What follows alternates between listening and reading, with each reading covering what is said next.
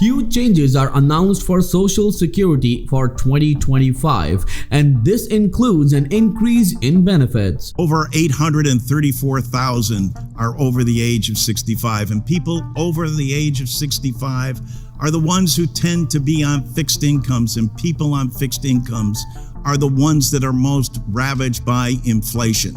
And the congressional negligence that's taken place is there has been nothing done to enhance the benefits of the nation's #1 anti-poverty program. Well, I'm going to show you this entire video clip from John Larson where he made some solid points that shocked everyone about Social Security. Well, at the same time, this month, millions of Americans are about to receive $1,551, and this is not it. 6 Social Security changes are also taking place, and I'm going to give you all the details in this very important video. So before I start the video, I would like to ask you just for a little favor to please smash the like button right now. It's gonna take only 1 second of yours, as it helps the video and the channel as well. So let's start the video with the most important details, and I'm talking about the Social Security January payment schedule. And here's when beneficiaries will get their checks, and this is very important. Well, Social Security payment schedule for January 2025, as January 8 is the date where the people who are born between the 1st and the 10th of the month will receive their payments. Then the people who are born between 11th and the 20th of the month will receive their payments on January the 15th. Then birthdays between 21st and 31st of the month will receive their payments on January the 22nd. And you know, when it comes to the changes in Social Security, the most important change that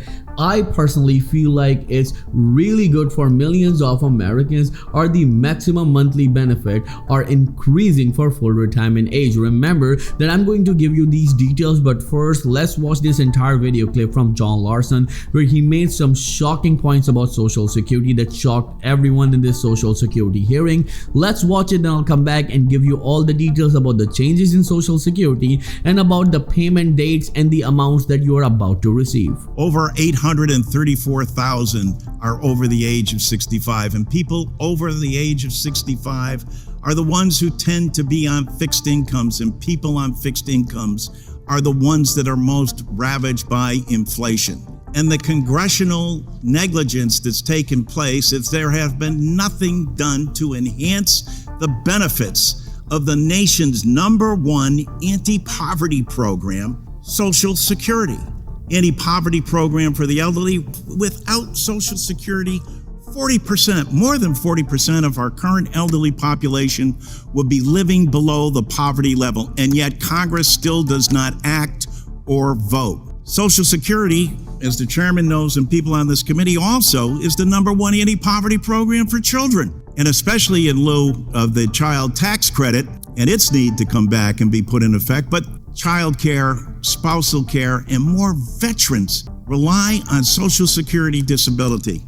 More than 350 separate groups have come out, and we intend, and John Fitzgerald Kennedy back in 1963 designated the month of May as the month that we should pay attention to our elders. It was later, he wasn't around long enough to see that transpire, but President Johnson put that into effect. It's important for a number of reasons that we put this information out there. We do have legislation on our side to put out there, and it should endure the test of public hearings, and like all ideas, should be debated side by each. We're waiting to see the legislation from the other side. And what is so encouraging about this is the desire of both the chairman and the chairman of the subcommittee to get to a solution.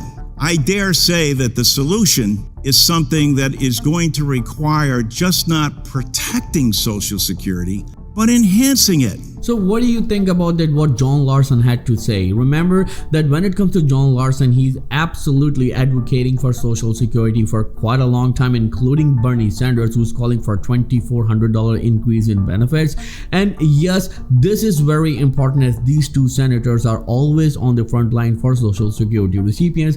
But at the same time, let's move towards the payment dates, and let's talk about the SSI payment schedule for January 2025.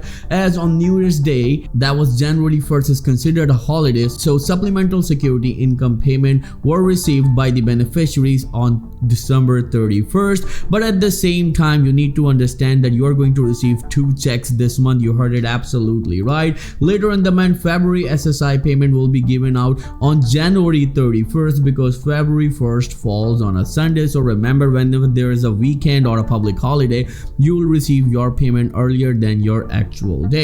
Let's move towards this very important changes that are coming to millions of Americans. And the first one is, of course, a bigger social security check is on the way. And the reason is simple. The most anticipated announcement each year for social security is its cost of living adjustment. The COLA is the mechanism which Social Security Administration accounts for effect of inflation on beneficiaries. So right here, the social security benefits are increasing by 2.5%, as you can see right here. And this is indeed an important increase, but a number of people are saying that this is not enough. It should be more than that. And what it means that the social security average check will be increased by $49, and the people who receive disabilities and survivor beneficiaries will receive now $1,580 instead of $1,551 respectively in 2025, especially in January, because your checks are increasing by $49. And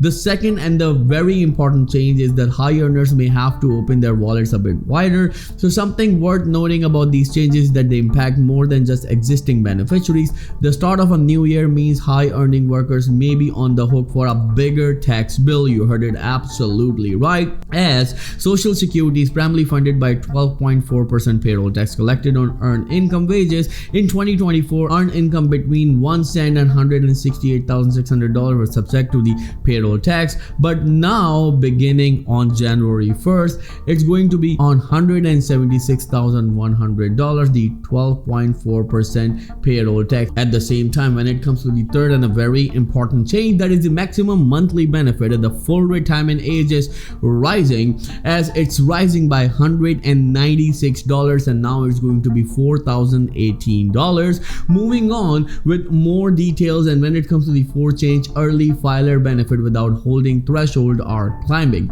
So what it means that accepting a permanent reduction to their monthly payout of 25% to 30% depending on their birth year, and this is very, very important. Not a lot of people know about it. And the fifth and the last one, and this is indeed very important for a number of people who are working and the people who are with disabilities, are that income threshold for workers with disabilities are increasing too. Early filers are not the only category of beneficiaries set to see changes in income threshold this new year. The program's more than 7.2 million workers with disabilities also have earned income ceiling they'll want to be aware of. Last year, non-blind workers with disabilities were allowed up to $1,550 per month without having their payouts halted by the Social Security Administration.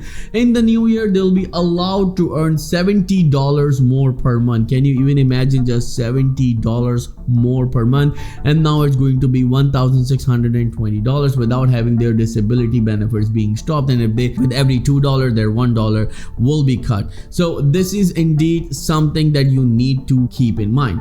So the fifth one was second last one, my apologies, and the sixth one would be, it would be tougher to qualify for Social Security benefit in 2025. Last but certainly not least, is going to be just a bit tougher for workers to qualify for Social Security coverage, which includes potential retirement, survivor, and disability benefits. And why is that? In the new year, it will take $1,810 in earned income to receive one lifetime work credit and $7,240 to collect maximum of 4 work credits. So you need to keep that in mind. Well, thank you so much for all of your love and support. I'll see you in the next video very soon. Till then, please take care and have a nice day.